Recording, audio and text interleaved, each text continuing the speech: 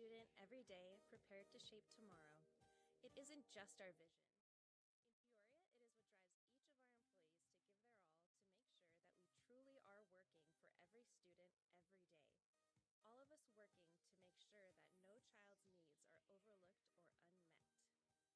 In 1899, when our first school opened in an abandoned grocery store near a bumpy dirt road dramatically named Grand Avenue, it was easy to look out for every student as there were only about a dozen, and they looked just like the small group of Illinois natives who founded a new Peoria in Arizona. With the arrival of the railroad in 1895 and a direct transportation link to Phoenix, our city and district grew along with the crops in the endless sea of the West Valley farmland. That growth led to more classrooms, while at the same time, the district struggled to incorporate the area's newly diverse population into the student body.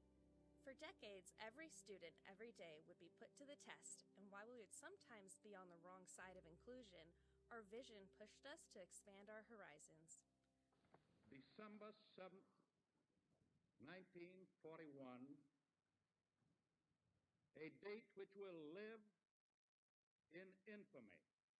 Early in World War II, our board voted to accept Japanese American students who had been driven out of other West Valley schools due to federal restrictions on their travel. In the early 1950s, the move towards every student gained steam when the board voted to allow Black students to attend regular classes in the district.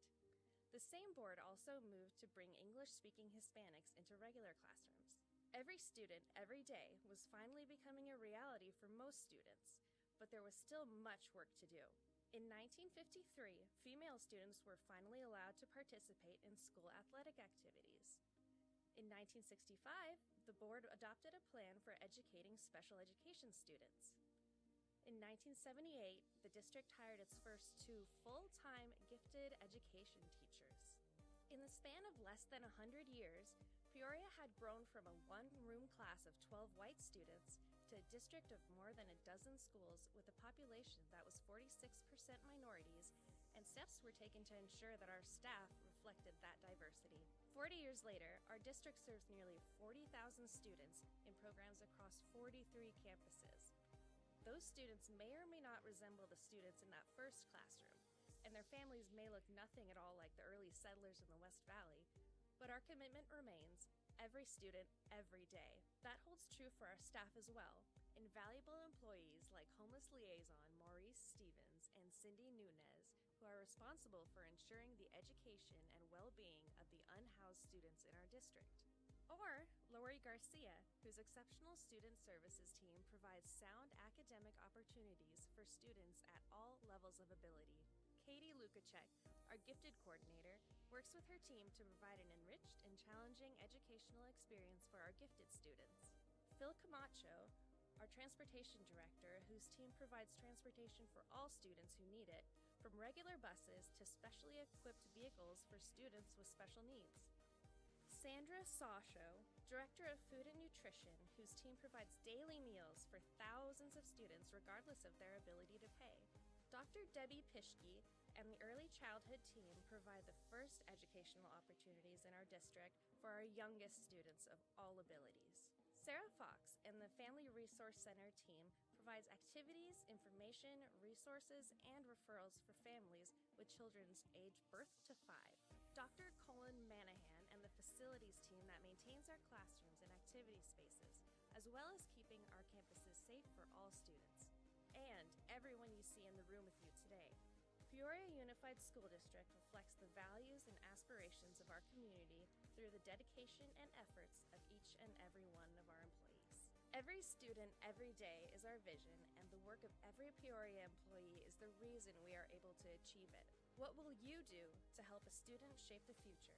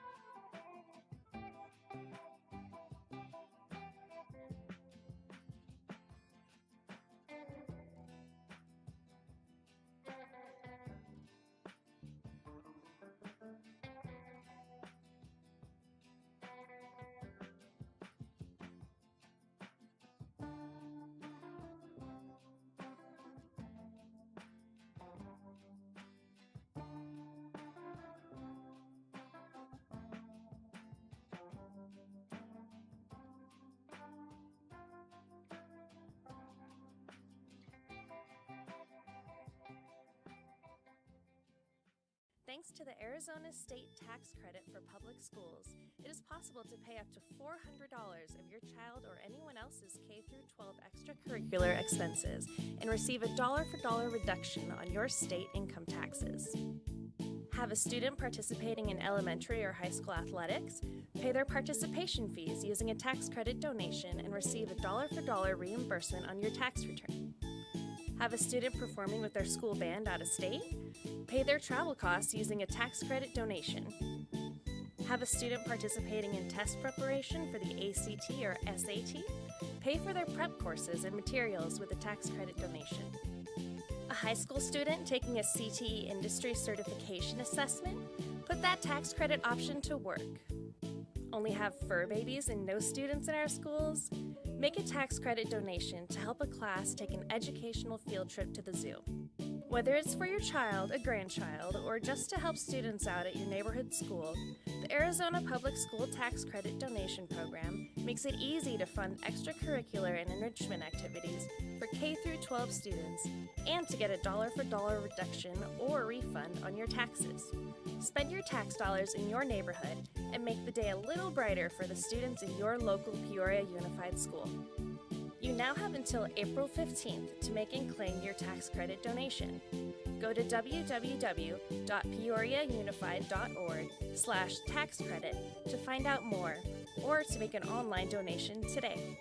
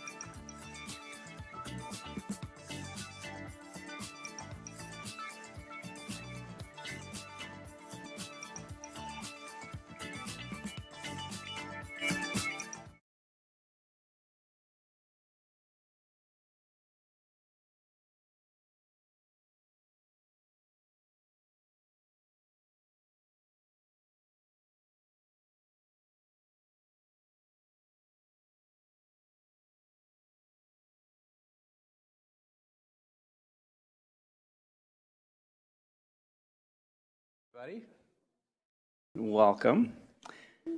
Ms. Donner, let's call this meeting to order at 6 p.m. All right, going on to section 2, opening exercises, moment of silence, and pledge of allegiance. Mrs. Proudfit, would you mind leading us?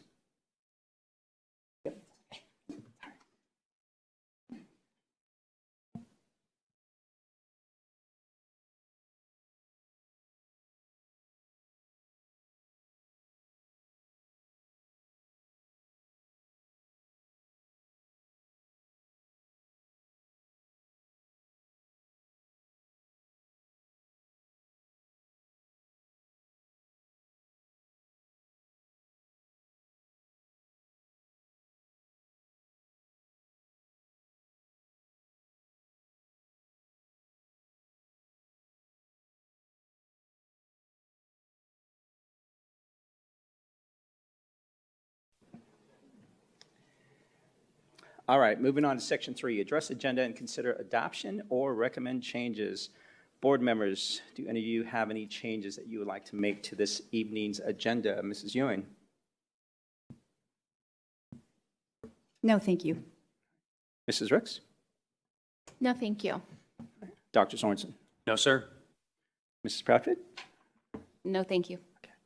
I don't have any either. All right, with that said, I do need a motion to approve this evening's agenda as written. I'll motion we approve this evening's agenda. I'll second that. Ms. Donner, we have a motion made by Mrs. Rooks and a second made by myself. Board members, please cast your votes.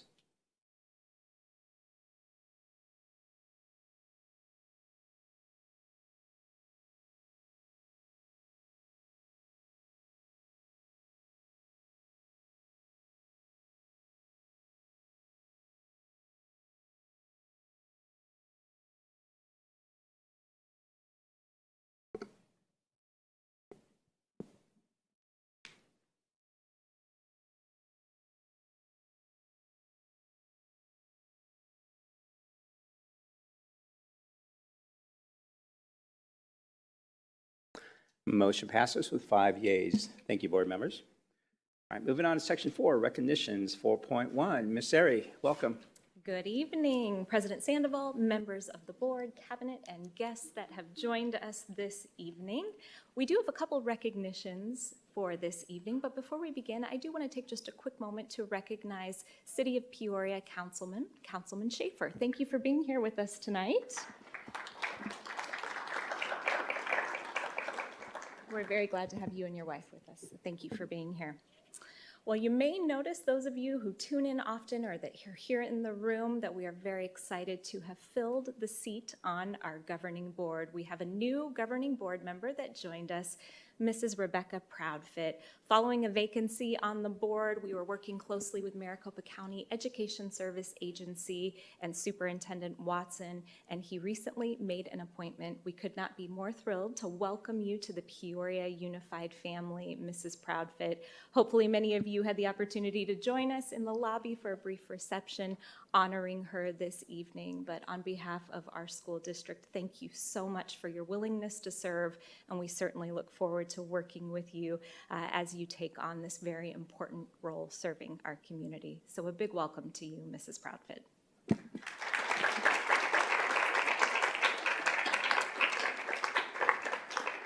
And President Sandoval, I know she has some family in the room, so I'm not sure if Mrs. Proudfit would like the opportunity to introduce them to us. Of course, Mrs. Proudfit. Yes, that would be great. So my husband, Taylor, my oldest son is actually in Africa, so this is my second oldest son, Jameson, my daughter, Lucy, my father-in-law, Ron, my mother-in-law, Judy, my daughter, Caroline, and then my father-in-law, Doug. So thank you for coming, guys. Yes, welcome.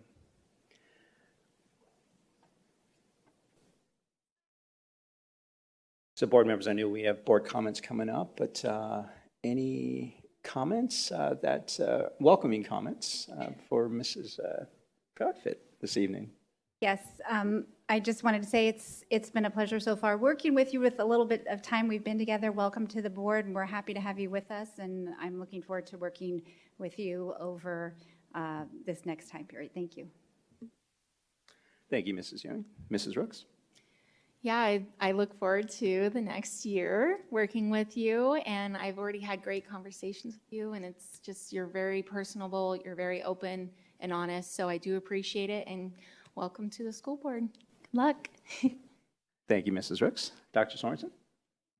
Yeah, so far in all interactions, you seem super sharp, so it's a little intimidating sitting next to you, but congratulations, and looking forward to the next year. Thank you, Dr. Sorensen. Yes, welcome. Sitting in this seat is an honor without question. And for me, I do applaud your willingness to put yourself out there so that others may gain, and to understand why we're here, to lift up those lives that we serve every day. So thank you for that. Thank you to your family as well. This is a journey that is done together, not only amongst us board members, but amongst you as a family as well. So thank you for your willingness to also step in and be a sounding board and a thought partner with Mrs. Proudfit as we continue along over the next year. So welcome. President Sandoval, members of the board, cabinet, and guests, one additional very exciting recognition to share with you this evening. As many of you know, and as we shared at a recent study session, the A through F letter grades were recently released by the Arizona State Board of Education, in fact, just earlier this month. This is the formula that's used to determine school labels, and it uses a wide range of academic measures, including results from a state test, the standard assessment that's used by Arizona, as well as looking at academic growth. And as we shared a few weeks ago with our staff and families, our district certainly had much to celebrate this year, with 5 schools that moved up a letter grade and a total of 37 schools that received either an A or a B. Tonight, we invited one school in particular to join us at our meeting so that they can be recognized for their stellar achievements. When we initially received the results of our letter grades, there was one school that stood out, and it is Peoria Traditional School. You may know it as a K-8 school of choice, and we're always quite proud of what they do at that school. When we received our results, we noticed that they received the highest number of percentage points of any of the schools in our district, and of course we were beyond thrilled. But what we would soon come to find out after we were able to see the scores from all other public schools across Arizona is that Peoria Traditional School not only scored the highest in our school district, but they ranked number 2 out of more than 1,300 other K-8 schools from across the state, and this is quite the accomplishment. We could clap for them, I think.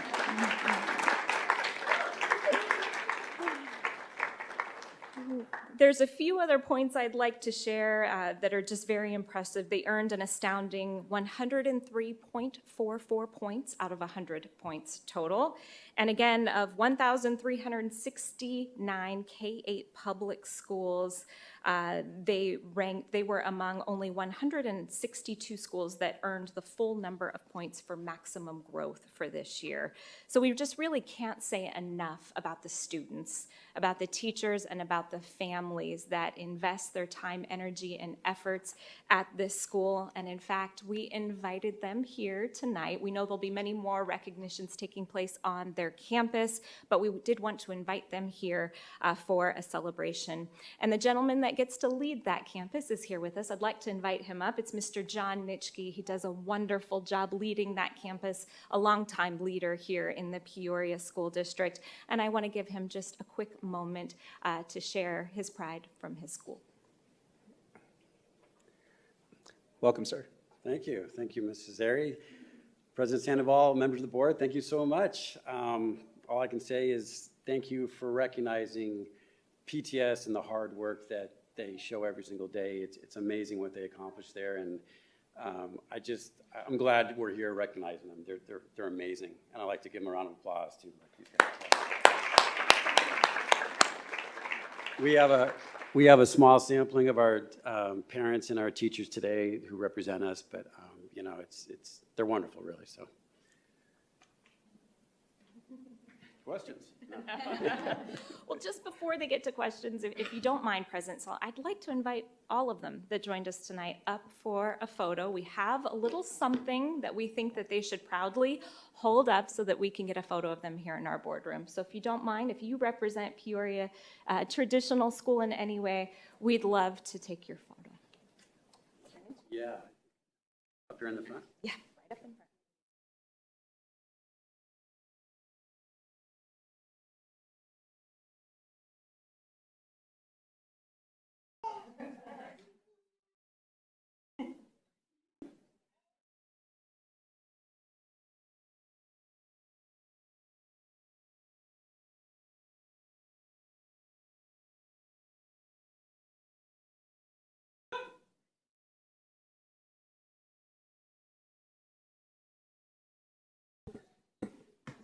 If we could give them one more big round of applause. And Mr. Nitschke, don't go too far. Our board may have comments to share with you.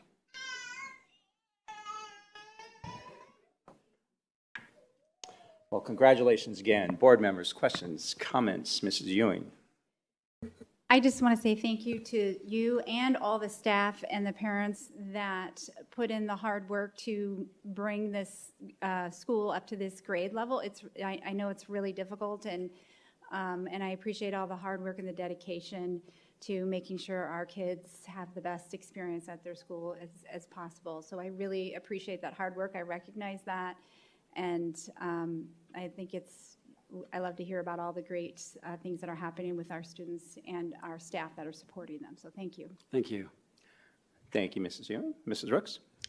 Yeah, I want to say thank you to all the staff and the parents there, and the students also for being recognized, because I think it's a really good teamwork position. I've toured your school. I was very impressed in the classrooms and seeing the teachers interact with the students. It just was inspiring. And so congratulations to you and your team. Thank you all for that you do. And thank you again for being here tonight. Thank you. Appreciate it. Thank you, Mrs. Rooks. Dr. Sorensen? Yeah, congratulations to all PTS. One of my favorite things about neighborhood public education schools is it's truly a community effort to move anything, and it takes everyone involved. So just that entire community, congratulations. Thank you, Dr. Sorensen. Absolutely correct. It's the community. Thank you, Dr. Sorensen. Mrs. Proudfit? I think PTS is a really good example of one of the things that makes Peoria District so special. You have created such a great community and a stellar education, and congratulations for this accomplishment. It's amazing. Thank you, and welcome to us. Thank you. Thank you, Mrs. Proudfit. Yeah, I'm going to echo what's already been said. Mr. Nitschke, I mean, you, the teachers and staff at PTS, I always talk about the collective efficacy that exists across this district and the intentionality really that exists with all the individuals that wake up every morning with 100% focused on, lifting up our young scholars and meet them where they're at. So this is a clear indication of, Peoria unified, and again, it's mindset, right, of serving all of our students every day. Thriving Kinevento, we have, our special needs kids, et cetera. So congratulations again, and just thank you to all of you and the families and the community, and especially the students who work very hard every day to be the best versions of themselves. So congratulations. Thank you so much. Really appreciate it. Thank you. Absolutely.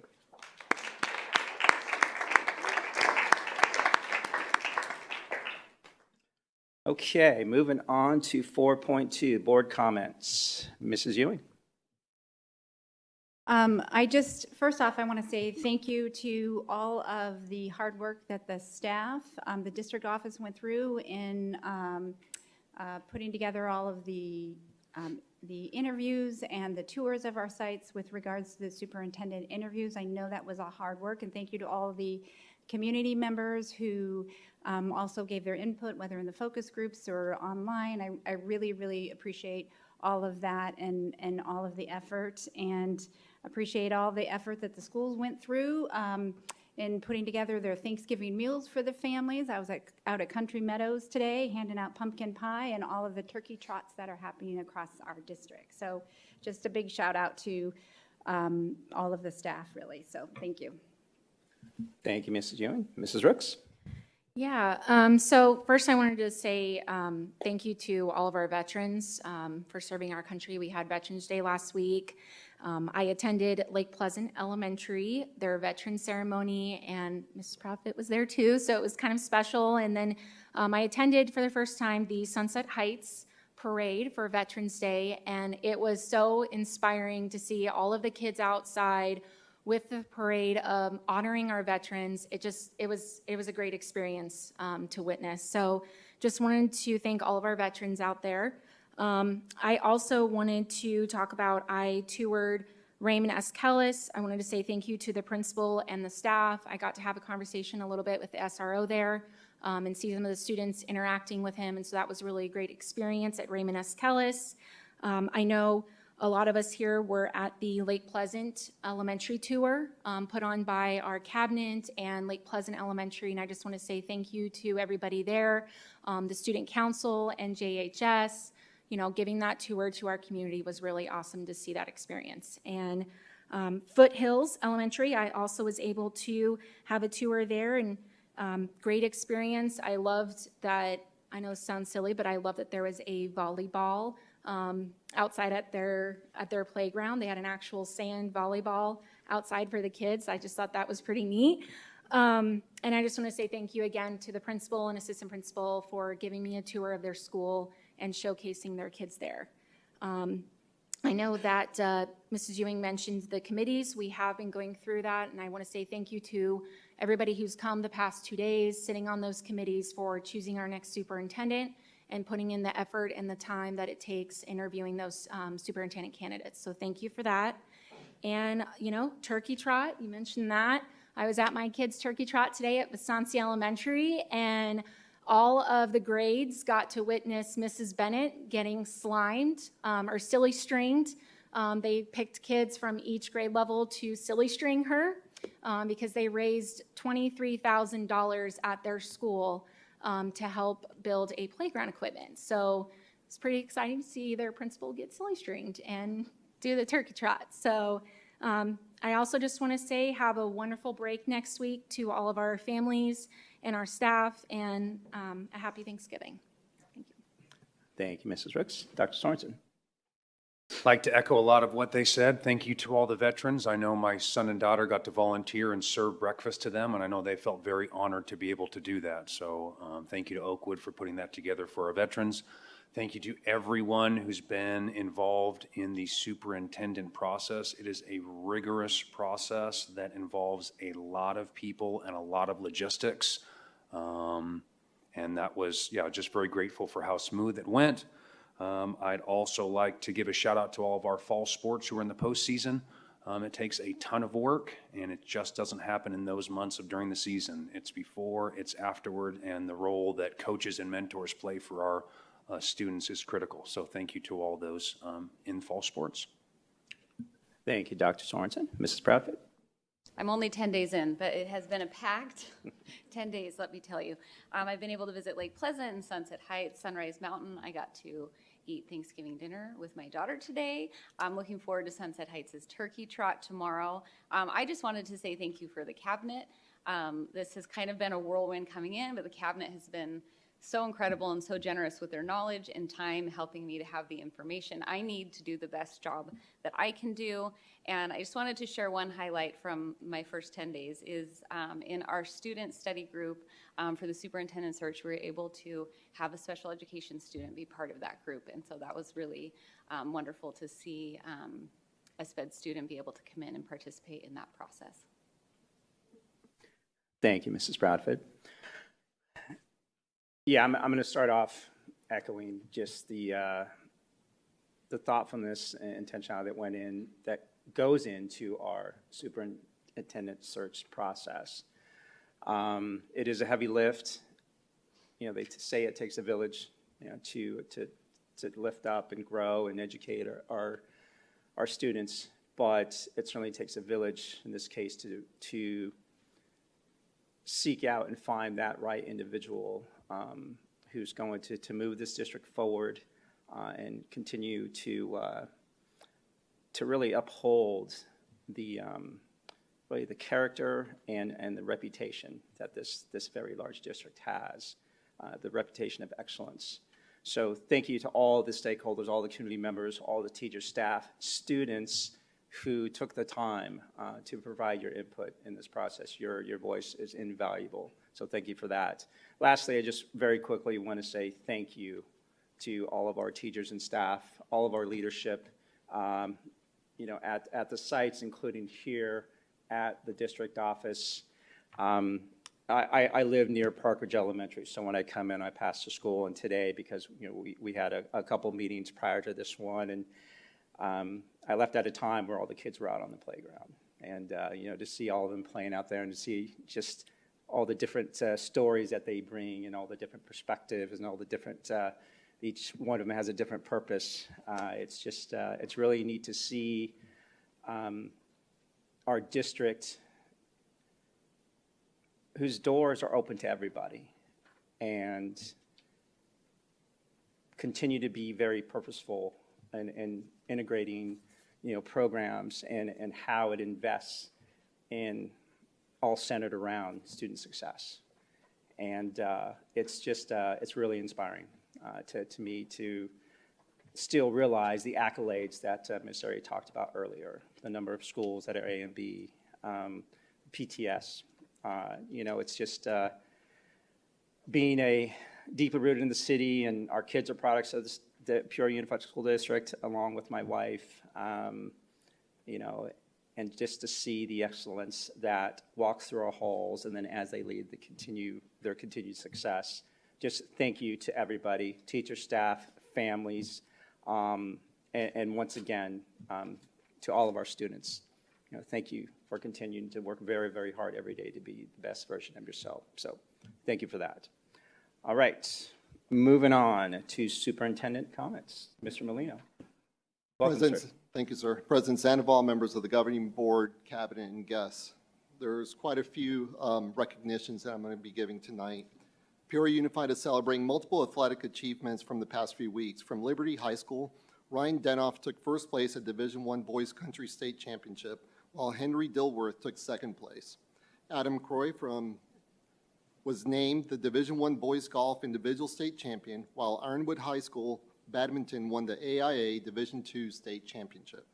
The Arizona Arts Education Association recently selected the artwork of Zuni Hill's 8th grader and advanced art student, Rose Elfritz, to represent the Arizona state flag. Her piece will be showcased on a printed flag at all regional events held by the association, where it will then go to Minneapolis early next year to be shown at the National Art Education Convention. Cactus High School robotics team, the Cobra Commanders, took home the 2023 Arizona Robotics League state title for the second year in a row. This high-performing robotics program continues to perform extremely well under the direction of Mr. Adam Schroyer at Cactus High School.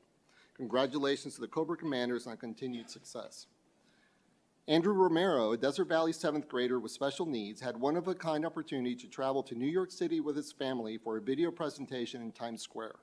Kicking off the National Down Syndrome Society's 2023 Buddy Walk event, Andrew got to see his portrait displayed on a Jumbotron in Times Square, and finally, he had the opportunity to participate in the Buddy Walk event where he earned a medal. And from the big screen to Herald Square, this one's kind of cool. If you're tuning in to this year's Macy's Thanksgiving Day Parade, you just might catch a glimpse of 5 Peoria Unified band teachers who were selected to perform with the band director's marching band in the parade. They are Kate Minasco from Centennial High School, Jeffrey Malone and Carmelo Rubino from Peoria High School, Lizeth Hill from Canyon Kachina Elementary Schools, and Brian Malone from Cheyenne and Conville Elementary Schools. Thank you, band instructors, for delivering high-quality arts education to our students and representing Peoria Unified on a national stage. And then finally, I just want to thank all teachers and staff for making it through October and November. Long months here at Peoria Unified without a fall break and getting to the Thanksgiving break. And I hope they spend a lot of restful time and quality time with their families and friends. Thank you. Agreed. Thank you, sir. All right, we are going to move on to public comment. Before we do, if there are any individuals who wish to excuse themselves before we move on, feel free. We'll give you a minute. Have a great evening.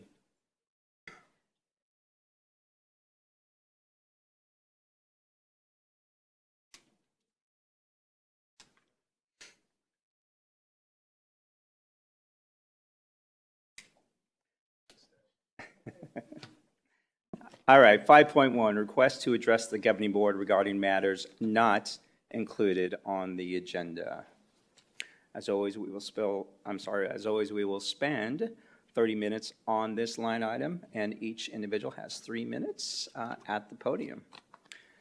First speaker, tied to public comment, comes from Mr. Micah Dyer.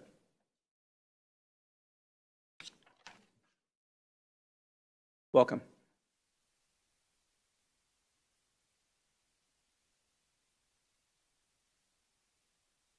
My name is Micah. I'm a senior at Ironwood High School. And some things I'm appreciative for the district. I want to express my gratitude and admiration, like many of you said, for the district's recent endeavors, and particularly in the inclusive approach taken during the superintendent search. I commend all of you in the district for actively involving the diverse range of voices that you did, notably those of the students. I was very grateful to be part of that group. It was inspiring to witness our opinions valued and considered. We definitely appreciated it. We definitely showcased the district's commitment to inclusivity and acknowledging the importance of student perspectives in shaping our educational environment. But I want to take this moment as we move forward, because I believe it's crucial to transcend some of these divisive issues that have clouded our district in these past few years. With this new environment, I hope this juncture presents us with an opportunity to prioritize unity and ensure that every student's voice resonates at all levels of the district. I hope we're all here to strive and create an environment where each student feels heard, valued, and respected within the classroom and beyond. Fostering an atmosphere where every individual feels a sense of belonging is pivotal in enhancing student achievement. It's not only about academic success, but also about nurturing an environment where students thrive holistically. As we focus on academic pursuits, we can't overlook the significance of cultivating an inclusive and supportive culture that fosters growth and respect for all. So I also would like to highlight the Ironwood High School, where I go, has achieved an A rating, which is a true testament to the tireless efforts of our amazing administration, our amazing teachers, and our amazing staff. Their dedication and commitment and hard work have been instrumental in fostering the academic excellence and the amazing learning environment that we have at Ironwood. Their role in this achievement cannot be overstated, and I hope they're listening, and I hope they hear this, that they are truly appreciated by myself and by the rest of the students. But moving forward, and saying all that, and in recognizing all the achievement that this district has, and on all that's good that's going on right now, I hope moving forward, and I implore this board and this district to continue its dedication to amplifying student voices, fostering inclusivity, and ensuring that our classrooms are spaces where every student feels empowered and respected. So I hope together we'll strive for a future where every student's potential is recognized and nurtured, and where diversity is celebrated, and where unity prevails. So thank you for your time. Thank you.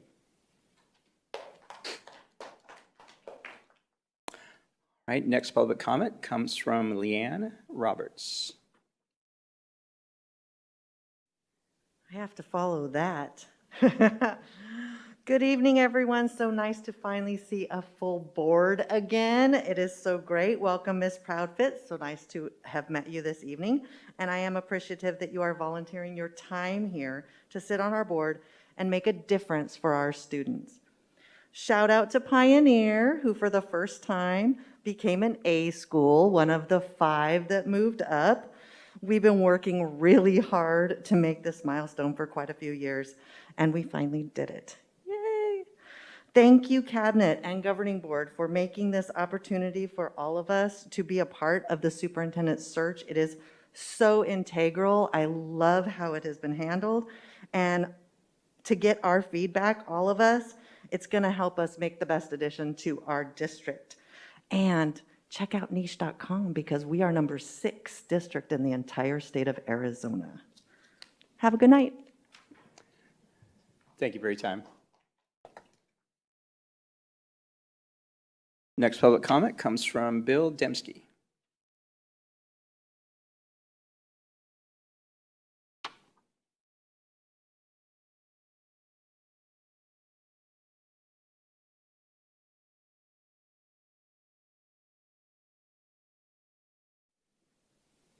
Welcome, sir.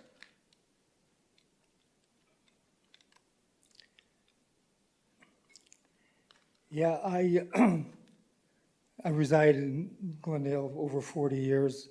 Both my daughters went to Foothills Elementary, Cactus High School, Phoenix College, and ASU, whatever. So all these years, been paying property tax. So I paid my property tax bill a month ago, first half, and just for Peoria School District and Community College, it came to $815. So I'm reading the paper and I'm reading an article about some board members quoting the Bible and praying and whatever. And another article is about the ESAs. What a total unbelievable mess. So anyway, there was an article, several articles in the paper. So there is 68,400 Arizona students collecting ESAs, collecting at least $7,300 each. Last year, it was 304 million tax dollars were spent by school ESA accounts. This year, everybody is saying the same thing, that it's going to double from 304 million to almost $1 billion for ESA accounts. So I'm laying there after I wrote out my check for my taxes. I'm reading more articles about where this money, ESA money, is going. And it says that 2/3 of that $304 million tax dollars, 2/3 of it went to private and parochial schools, separation of church and state, $304 million. On that $304 million, some of it was spent. $350,000 on Ninja Warrior training centers and trampoline parks. $1,200,000 tax dollars were spent on martial arts training. There were over 100 passes to the Arizona Snow Bowl. Freeze-dried appliances at $3,000 an appliance. $3,000 appliance. Freeze-dry appliances. A $10,000 sewing machine. A $3,400 set of golf clubs. 70 lucky kids learned to drive luxury cars at $835 a lesson. A $4,000 piano, which the person who was in charge of the state's ESA program, John Ward, Mr. stated, Dembski. quote. Mr. Dembski, I apologize, but your 3 minutes are up, sir. Okay. I do appreciate your time. Well, anyway, Thank you. Hearing about a board member Thank you, sir. reciting the Bible. Have a good evening. Thank you for your time. All right, next public comment comes from Teddy Todd.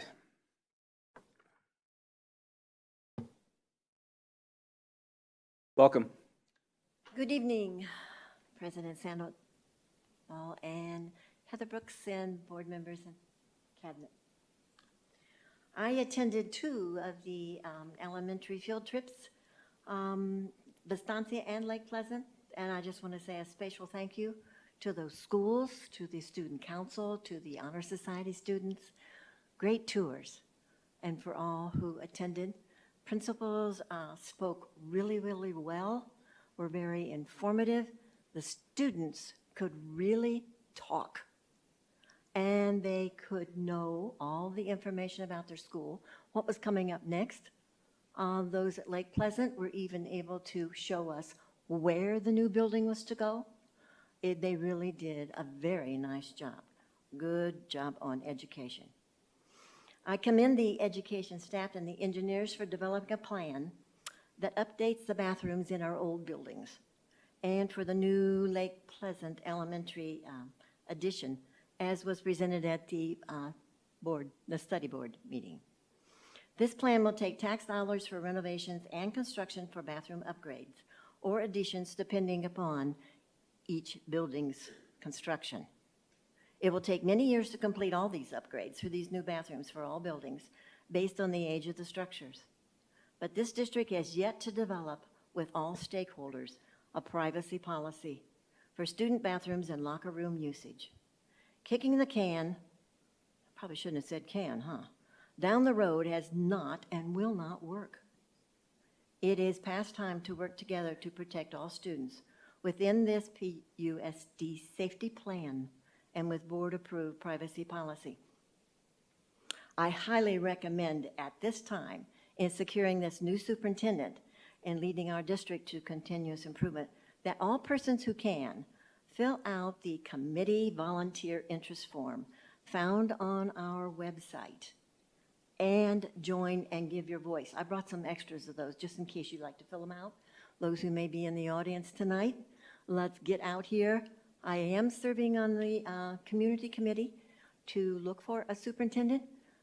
It's looking really good, and I recommend to all people, if you can hear me online as well, go listen to the 3 people being interviewed with the 3 questions that were given, even though the feedback time is up tonight already.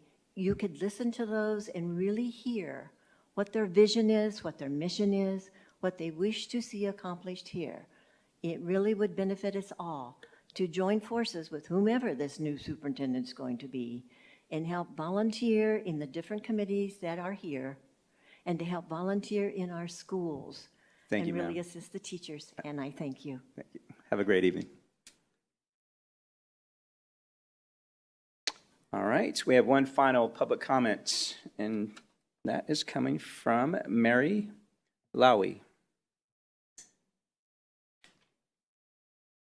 Good evening, Board. I have 2 granddaughters that play volleyball at Raymond Kellis. So I go to the Kellis website to find out schedules, rosters, names. On the Kellis volleyball website, there is nothing. No roster, no schedule, no coaches' names, no standings, nothing. And it's been that way all season. The other girls at the Kellis Sports do have some information. It's minimal, but at least there's something there. There's a roster on a couple. There's schedules on a couple. All the other schools in the Peoria district, their schedule or their rosters and schedules are phenomenal. They're beautiful. When I go to the games, which I've been going to since the girls were in freshman, I have a senior and a sophomore that goes there now. I like to call the girls by name. Good job, Emma. Good job, Ava. Keep it up. Don't get down. Do all of that. I did finally get a varsity roster from Greenway High School because we were at a tournament there. Still none on the website for our own school. If you would check out the football tab on the Kellis website, it's fantastic. I would like the girls' sports at Kellis to look the same. On July 14th and 16th this year, there was a volleyball camp in Tucson. There was no bus scheduled to take the girls down there. The girls went in coaches' personal cars. That is a huge liability for the school and the district and our girls. I'd like to see that taken care of. On September 22nd and 23rd, there was a tournament at ASU. The girls went undefeated the first day. Second day, no coach. He was at his boys' volleyball club team, so I guess that wasn't important. I believe his allegiance is to the school and to the girls. I guess it wasn't important enough. Who does he get his paycheck from? The coach advised that tourneys were hard for him to do because it interfered with his boys' club volleyball teams. Again, who does he get paid from? On October 26th was our senior night. There were no varsity banners for the girls, no varsity team banners. The walls were naked. There was a little bit of decoration. There was about 20 balloons in the entire gym. All the other schools in the Peoria district, their decorations were outstanding. A lot of hoopla, a lot of encouragement. It was beautiful. Our school, nothing. Thank you, ma'am. I appreciate your time. Sure. Thank you. All right, that concludes this evening's public comment. Mr. Molino, Cabinet, if you could please address the comments that we had this evening. Appreciate it. All right, no items were removed from consent, so we'll now move to Section 8, action items. 8.1, discussion and possible action regarding the Citizens Advisory Committee. Ms. Myers, welcome.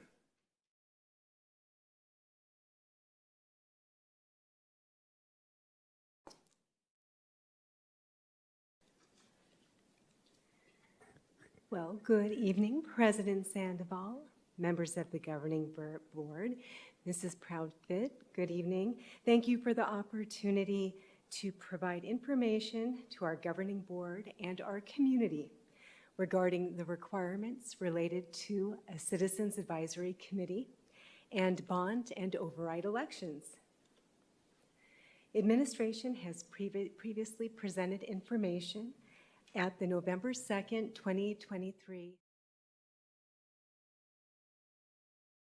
And so tonight, I'm here to provide summary information from the study session that can be considered for next steps.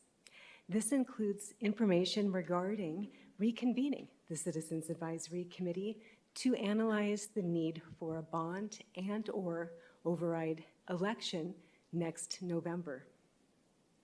There are several policies related to the Citizens Advisory Committee and recommendations related to bond elections, specifically Policy BDE, board committees, and Policy BDF, advisory committees, authorize the Governing Board to establish subcommittees, advisory committees, task forces, and ad hoc citizen study committees as necessary to address issues or topics determined by the Governing Board, as well as the length of time that the committees will be in place.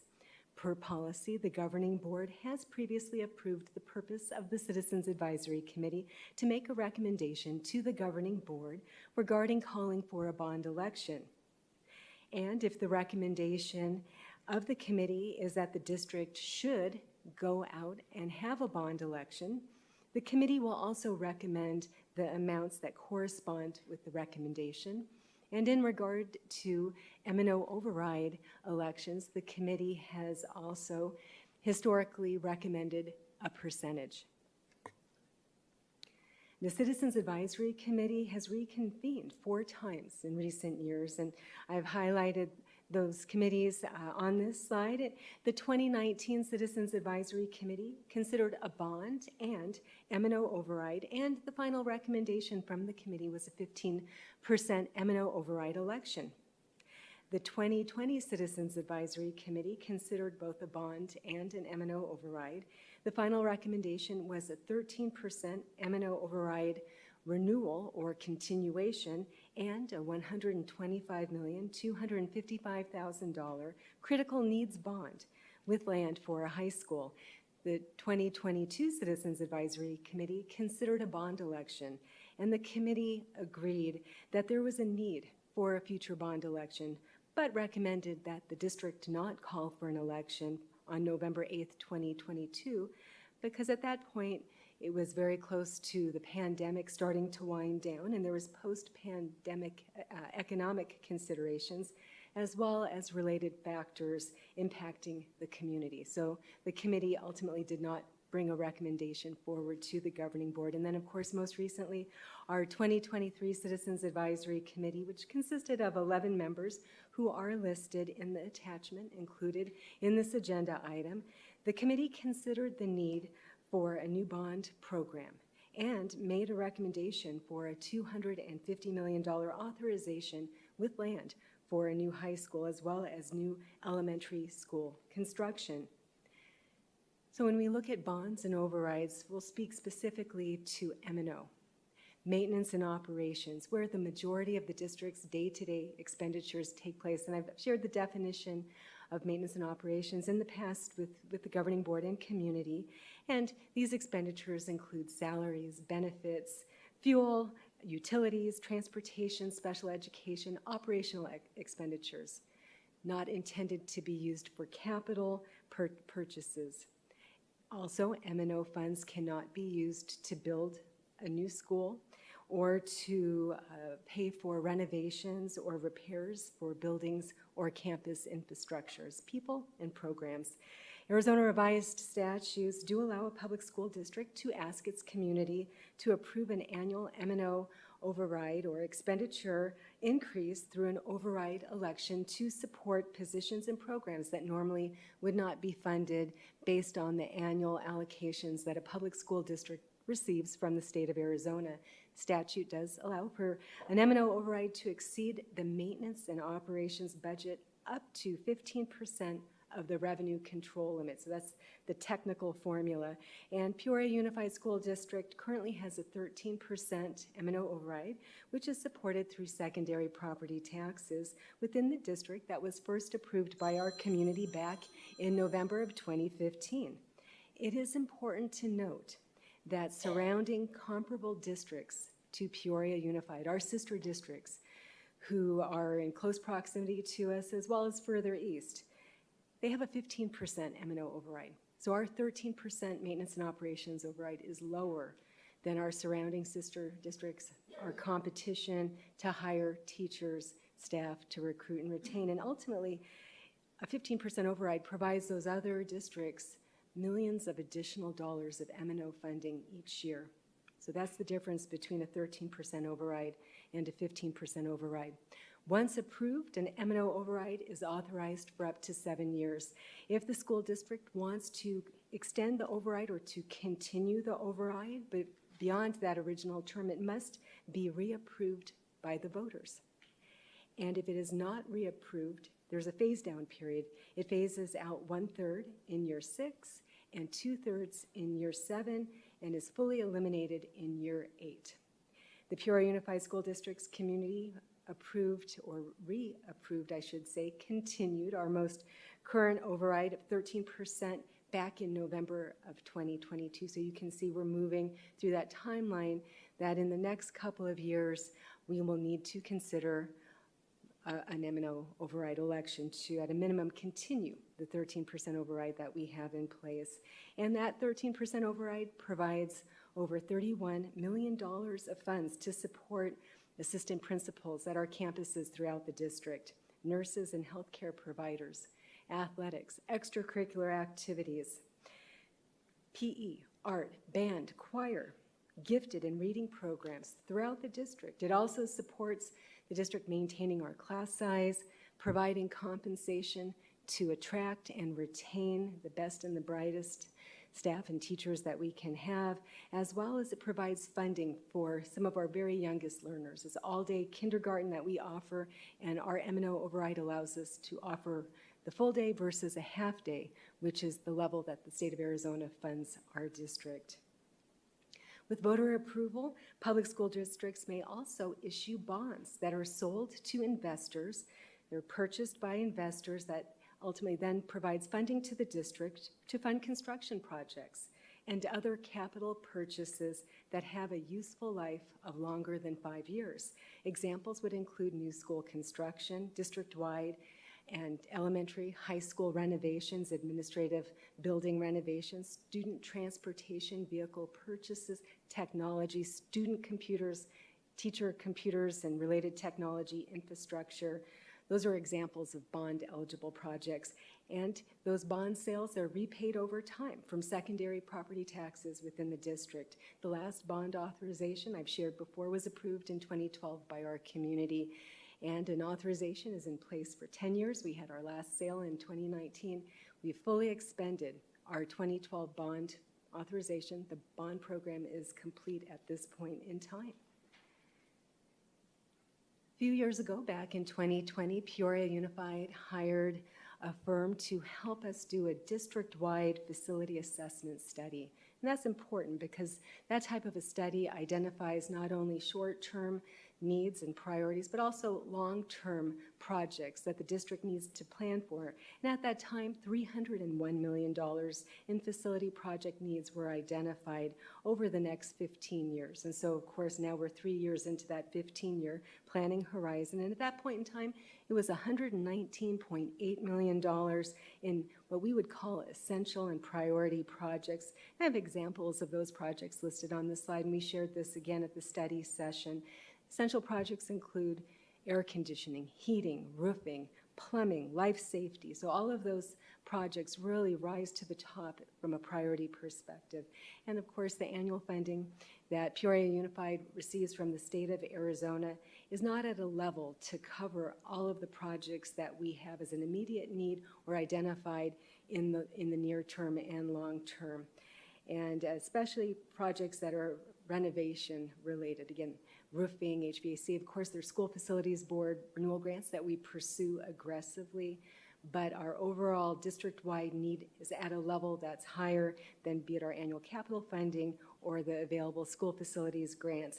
And so, again, some of those priority and essential projects that I just highlighted are listed on this slide. And in addition to be it new construction or renovations or maintenance district-wide, the district will continue to make investments in student transportation vehicles. Buses have a useful life.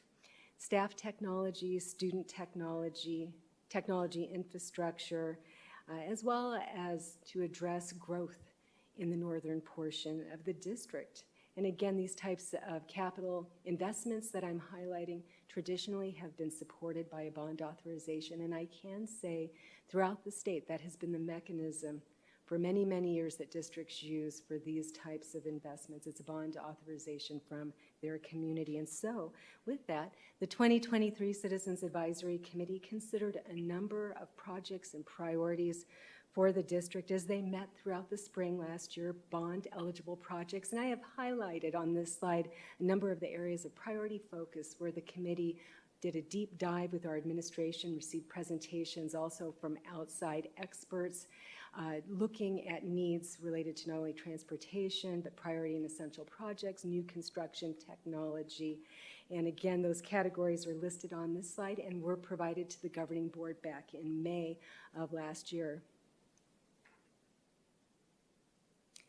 I will also highlight toward the bottom, there was also a discussion and analysis related to new construction and the cost of a new high school and the cost of new elementary schools, as well as the cost of land to construct a new high school. And during the time that the committee was meeting, we learned that land that had been identified as available for Peoria Unified to build a high school out in the northern portion of our district was no longer available. So that's some information that our committee got as they were meeting. And so ultimately, as the committee completed their work, they did come forward with a recommendation. They did recommend a $250 million bond election to be held on November 7th, 2023. And I highlight the steps associated with that recommendation, but ultimately on June 1st, 2023, our governing board considered the recommendation and the next step of bringing forward and approving a resolution. And the vote of the board was that we would not move forward at that time with a $250 million bond election on November 7th, 2023, based on timing and a number of factors that were being considered. In addition to district maintenance and operations and capital bond eligible project needs, other considerations that are reviewed by the Citizens Advisory Committee as well as administration when we look at potential election ballot initiatives, and that includes the district's tax rate, property values, outstanding debt, enrollment projections, and other economic factors. And when we met back on November 2nd, I provided the information on this slide, but I'll highlight it again. You've seen it in other presentations that I've given throughout the year, but all of our voter-approved initiatives are supported by secondary property taxes from both residential and commercial and agriculture property owners here in Peoria Unified. And those initiatives are highlighted on this slide as M&O override and existing bond sales. I'll also draw your attention to the primary tax rate. Irrespective of if we had a voter-approved initiative, the primary tax rate is set by the state of Arizona and is part of the equalization base, the equalization formula that funds all students here in Arizona. But with our secondary tax rate, it's been decreasing in recent years, and that's really the result of two things. We've been amortizing our outstanding bond sales, so we don't have a new bond program, so ultimately those past bond sales are being paid off, as well as the assessed valuation in our community has been increasing. And I'll highlight that a little more in the next couple of slides. The information on this slide I also presented on November 2nd, and it was also shared with our Citizens Advisory Committee last spring. And at that time, we did highlight that the district's outstanding bond sales were $153 million with a tax rate, again, that will continue to decrease over time. We also noted that the district's credit rating is AA negative from Standard & Poor, which is a high-quality rating. Included on this slide is a graph, updated information related to the district's net full cash assessed valuation, which has increased over the last 10 years. So that's throughout our entire district and is actually now in excess of $4 billion. And the net full cash assessed valuation is part of the district's legal debt limit, which is the greater of 20% of our full cash assessed valuation, or $1,500 per student. Our enrolled students, our average daily membership. And based on the higher of the two, which of course is the 20% calculation, the district's bonding capacity is in excess of $560 million. The next slide shows that the bonding capacity continues to grow over time with the debt limit formula, less outstanding bond sales. And this is in part, again, related to outstanding bonds being paid off, being amortized, and projections related to our community's assessed valuation over the next several years. And these are all, again, considerations when evaluating future bond program authorizations. And this information is provided to our Citizens Advisory Committee. So next steps. Our governing board can consider a motion to reconvene the 2023 Citizens Advisory Committee to evaluate the need for a bond and/or override election on November 5th, 2024, with associated dollar amounts and percentages, with the opportunity for the superintendent or our acting superintendent designee to add members as needed to replace non-returning members. Pending governing board approval, the committee would begin to meet publicly in January, and meetings would take place through the end of April. During the meeting timeframe, the governing board would receive committee updates via written reports from administration following each of the meetings, so you would be aware of what occurred, but also all of those meetings would be required to take place in public. They would be subject to open meeting law, and the minutes from those meetings are published on our district's website for our entire community to see, as well as the agenda in advance of each meeting. And of course, a final report and recommendation would be made to the governing board on or before the second governing board meeting in May, and the committee would subsequently terminate upon making the recommendation to the governing board. This concludes the presentation. At this time, administration is available to answer your questions. Thank you. Thank you, Mrs. Myers. Board members, questions, comments? Mrs. Ewing. So, oh, that's right. So just so I'm clear on this, we're just voting to go forward with it. We're not voting to, there's no discussion for what should be included in the considerations to the committee, like what information should be brought up to them. Is that correct? Thank you. President Sandoval, Mrs. Ewing, members of the governing board. That's correct. The motion this evening would be to reconvene the 2023 Citizens Advisory Committee to provide direction to our acting superintendent to replace any non-returning members. And then that committee, based on the time frame and the scope, the purpose that I just highlighted, would begin their work to consider a bond and or override election for next November. And if the recommendation was to move forward with the bond and or override, that committee would recommend a dollar amount or percentage. Okay, thank you. I don't have any questions. Thank you. Thank you, Mrs. Ewing. Mrs. Ricks? So I just, sorry, had one question. You mentioned the superintendent, acting superintendent, would possibly, if there's needing to be members put on the committee, if there's non-returning members, is there an opportunity for like the community or parents or staff to contact the acting superintendent if they're interested, or how does that process work, I guess? Thank you, President Sandoval, Mrs. Rooks, members of the governing board. There's always opportunity to reach out to our acting superintendent, Mr. Molino, as well as our public relations department if someone has an interest in serving on a committee. Thank you. That's all the question I had. Appreciate it. Thank you, Mrs. Ricks. Dr. Sorensen? Can I check my timeline on my understanding just really quickly? Based on if we convene a committee, based on their recommendation, we would vote in May on if we would decide to go with or without that recommendation regarding an override and a bond. Is that accurate? Thank you, President Sandoval. Mr. Sorensen, the time frame I highlighted would be a terminal date of on or before the second meeting in May. Policy requires there to be a set time frame for the committee to convene. There certainly could be a recommendation before that date. Right. Okay. Thank you very much. Thank you, Dr. Sorensen. Mrs. Bradford?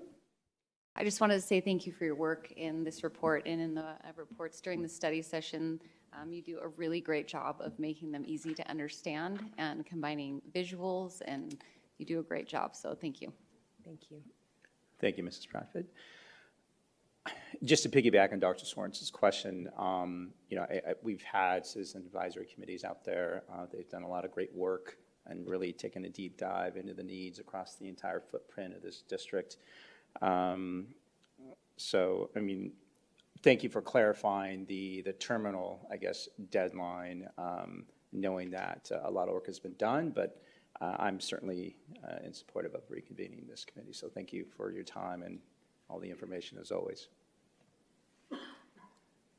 We do not have any public comment tied to this line item. So with that said, board members, I do need a motion to approve the reconvening of a Citizens Advisory Committee, including meeting format, reporting, and purpose as presented.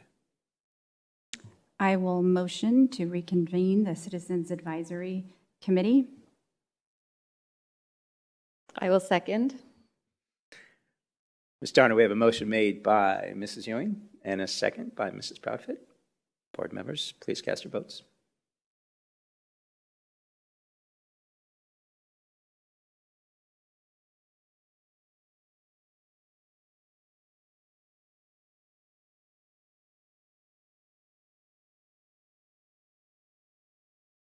Motion passes with 5 yeas. Thank you, board members. Mrs. Myers, thank you. All right, moving on to section 9, discussion items. We have many policies to go through the first read. So typically I will go through each board member and ask for any questions, comments. I'm still going to do that, but do it very quickly. If you have any questions, comments, feel free. Absolutely. You can do it from? Yes, sir. From there? Presence. All right, before you go, let's go to 9.1, first read of policy section BCB. Mr. Molino. President Sandoval, members of the Governing Board, Cabinet, and guests, tonight administrations bring forward 10 policies for the Governing Board's consideration as first reads, and we will follow up with a second read and action item during the December 14th Governing Board meeting. The first policy is BCB, Board Member Conflict of Interest, with one change which is visible in red, allowing a prior Governing Board member during the 2 years following the end of their term to be employed by the district or through a third-party contractor in a position in which the person will provide services directly to students. And that is the only change in this policy revision. At this time, administration stands for questions. Board members, questions, comments? Ms. Proudfit? Dr. No. Sorn? No, sir. Ms. Ricks? No, thank you. Mrs. Ewing? No, thank you. I don't have any questions either. Thank you. 9.2, first read of policy section BE. President Sandoval, members of the Governing Board, Policy BE, School Board Meetings, has one change also visible in red, which states that the board must provide sufficient seating to accommodate the reasonably anticipated number of attendees when feasible. This does not require us to relocate the meeting outside of the regular meeting. So administration stands for questions. All right. Board members, questions, comments? Ms. Proudfit? Nope. Dr. Sorensen? No, sir. Mrs. Rooks? No, thank you. Mrs. Ewing? No, thank you. I don't have any either. All right, moving on to 9.3, first read of policy section BEDA. President Sandoval, members of the Governing Board, Policy BEDA, Notification of Board Meetings, has one addition visible in red, that the agenda and notice shall also include the time that the public will have physical access to the meeting space. The normal time for us is 15 minutes before the meeting, which is 5:45 p.m. for a 6 p.m. meeting. And that is the only change, and the administration stands for questions. Board members, questions, comments? Mrs. Proudfit? None for me. Dr. Sorensen? No, sir. Mrs. Rooks? No, thank you. Mrs. Ewing? No, thank you. All right, I don't have any either. All right, moving on to 9.4, first read of policy section EBC. President Sandoval, members of the Governing Board, before I hand it over to Mr. Nuttall, Policy EBC has one addition, that the emergency response plan will include how the school and emergency responders will communicate with and provide assistance to students with disabilities. This is something that Mr. Reese and I started working on a year ago, and we will continue this work. At this time, administration stands for questions. All right, board members, questions, comments? Mrs. Proudfit? No, thank you. Dr. Sorensen? No, sir. Mrs. Rooks? Just want to say thank you, Mr. Molino. And I know Ryan Reese left, but thank you to him for working on this. I do appreciate that with our students with disabilities. Mrs. Ewing? Yes, I echo that too. Thank you for doing this. It's really appreciated, and thank you to Ryan. All right, agreed. No questions, comments from me either. All right, moving on to 9.5, first read of policy section JFABDA. President Sandoval, members of the Governing Board Policy JFABDA has a few changes in red, noting that within 5 days of a child entering foster care or a placement change in foster care, a determination shall be made if it is in the best interest of the child to remain in the child's school of origin. Additionally, the policy change ensures that DCS, ADE, and the local education agency, Peoria Unified in this case, collaborate to secure transportation to the educational institution that is in the child's best interest, including sharing of pertinent information and financial agreements as outlined in, as you see here in the policy advisory changes. Any questions I'm prepared for? All right, thank you, sir. Board members, questions, comments? Mrs. Proudfit? No, thank you. Dr. Sorensen? No, sir. Mrs. Rooks? No, thank you. Mrs. Ewing? No, thank you. Yep, thank you for this. No questions from me either. 9.6, first read of policy section JK. President Sandoval, Governing Board members, Policy JK has a few changes related specifically to recent changes to Arizona Revised Statute 15843. There's been a new subsection added in the statute providing exemptions from having to meet the prescribed criteria for the suspension of students in kindergarten through 4th grade.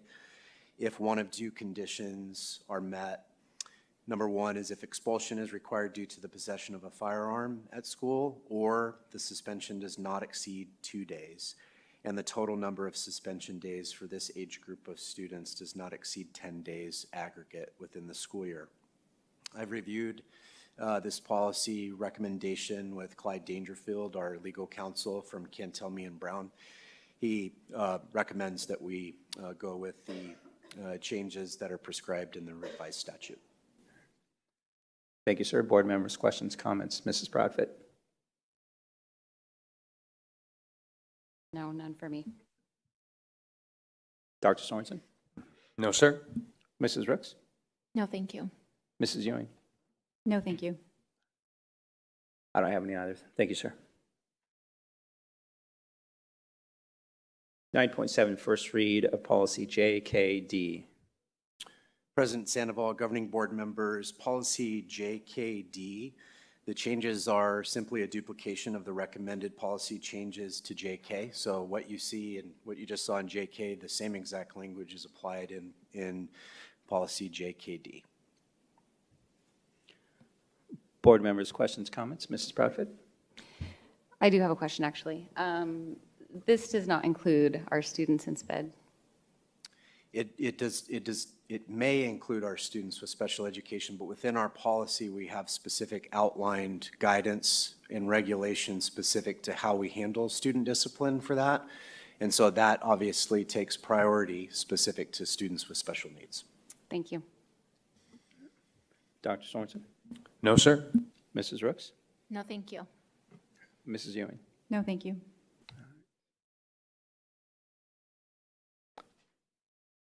Moving on to 9.8, I don't have any questions either on 9.7. 9.8, first read of policy section JKE. President Sandoval, governing board members, policy JKE changes are the same recommended changes as noted in both policy JK and JKD. So I stand for any further questions specific to those. Board members, questions, comments? Mrs. Proudfit? No, thank you. Dr. Sorensen? No, sir. Mrs. Rooks? No, thank you. Mrs. Ewing? No. I don't have any questions either. And just to be clear, these items are for discussion. So if any board member has any questions that they would like to ask, if they think it's something overnight, you have certainly it's appropriate to contact the district. Okay? So we're going to go through this one more time when we actually finalize the vote in action. 9.9, first read of policy section JLH. President Sandoval, governing board members, policy JLH has one specific change, and it is increasing the window of time prescribed to request records of a transfer student from 5 days to 10 days. That is the only change in this particular policy. Board members, questions, comments? Mrs. Proudfit? No. Dr. Sorensen? Why the change in timeline? Not 100% sure. In all of the descriptions that we read, it just simply said 5 to 10. I would be making an assumption, but I can certainly research that if you'd like to have further information. You do not need to spend your time doing that. Just curious. Thank you. Thank you. Thank you, Dr. Sorensen. Mrs. Rooks? No, thank you. Mrs. Ewing? I don't have any questions. Mr. No, do you see anything problematic with that change? I do not. I think that as a school district, we try to request records just as soon as we possibly can, specific to getting the students that transfer to us and so that we can adequately service them in a very timely fashion. All right. Thank you for that. No questions for me. Moving on to 9.10, first read of policy section IAH.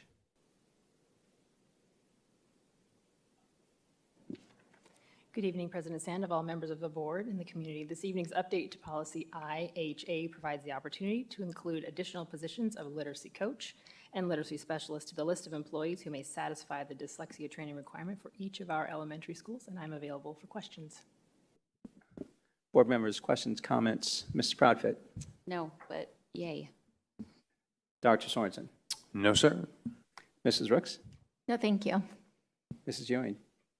I really appreciate this is on there. I talked to a parent earlier this year who has recently had a child diagnosed with this, and I'm really excited to see that we're going to have some specialists on campus for these students. Thank you, Mrs. Ewing. And I think I actually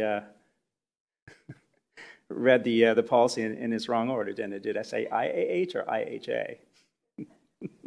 Anyway, no questions on first read of policy section IHA.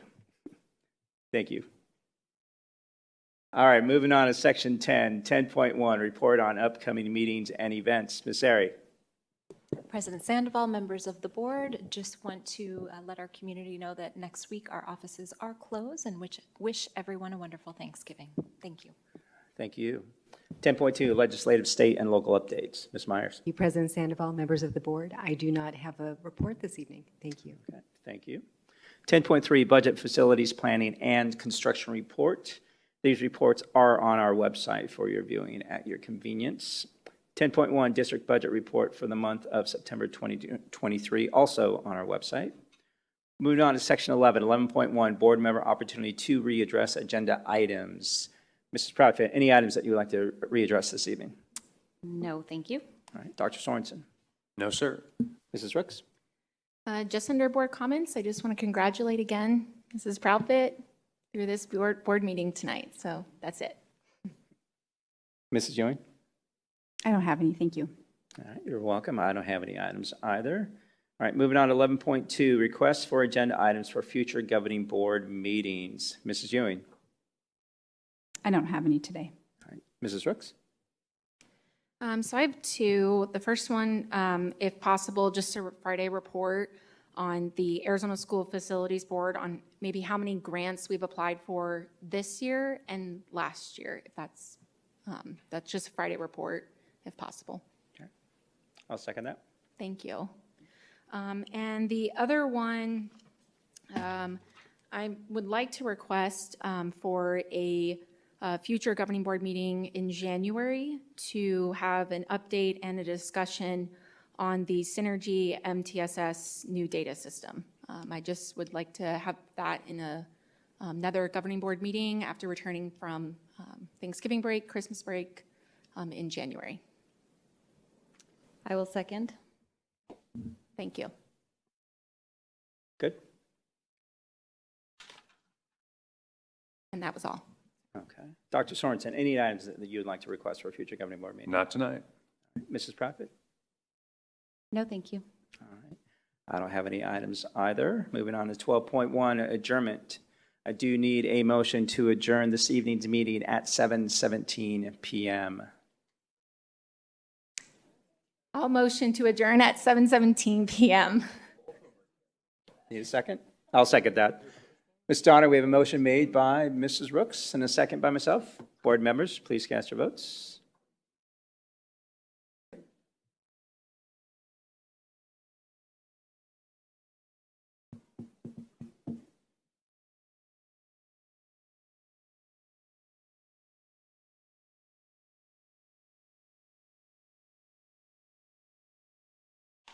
All right, motion passes with 5 yeas. Thank you, board members. Thank you, community. Have a great fall break. Happy Thanksgiving. Have a good evening.